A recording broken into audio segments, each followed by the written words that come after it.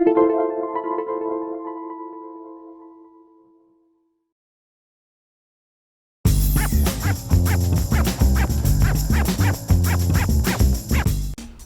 to My Long Island TV.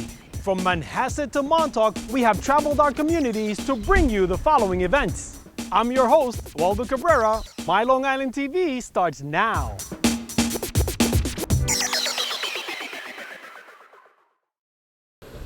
Jack the Ripper, the most infamous and yet the most captivating serial killer of all time, has been implicated in the slayings of at least 4 and perhaps more than 24 innocent women, and was never properly identified. Until now, or at least that's what the father and son writing duo suggests in the book, The Strange Case of Dr. Doyle. The book is meant for not just the Sherlockians, those that embrace the life legacy of Arthur Conan Doyle, or the Ripperologists that hold sacred everything that Jack did or on his murder trail. But it's for anybody that likes a good mystery or likes to be intellectually challenged or stimulated. The intellectual challenge begins with their assertion that Sir Arthur Conan Doyle had a history of deviant activity. While Daniel was doing some research for his pediatrics boards, he stumbled upon an article that accused Doyle of being the perpetrator of the Pilltown hoax.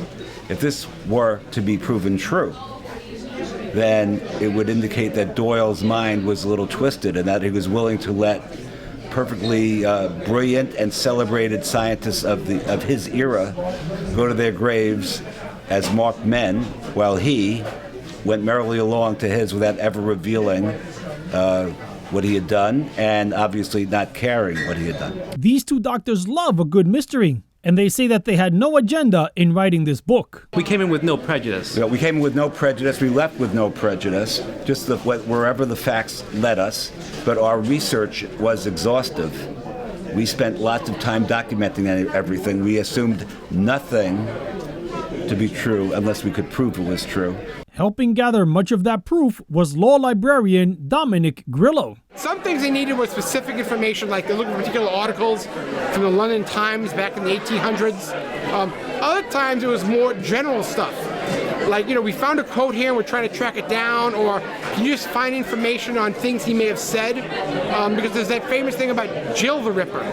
Can you track down where that came from? So I did some work on that, and I think some of it's in the book. I won't give it away.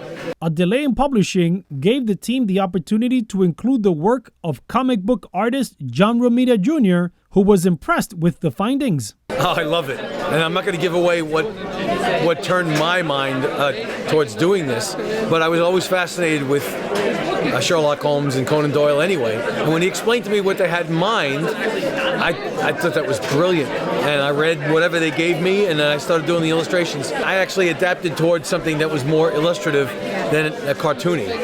And I had fun with it. I wish I could have done more. Do you feel that you're tainting any legacies in this? No. No? We don't feel we're tainting it.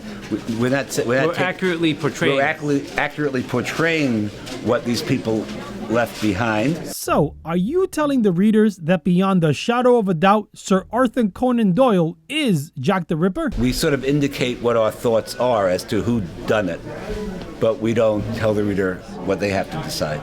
But we think the preponderance of the evidence supports what we say.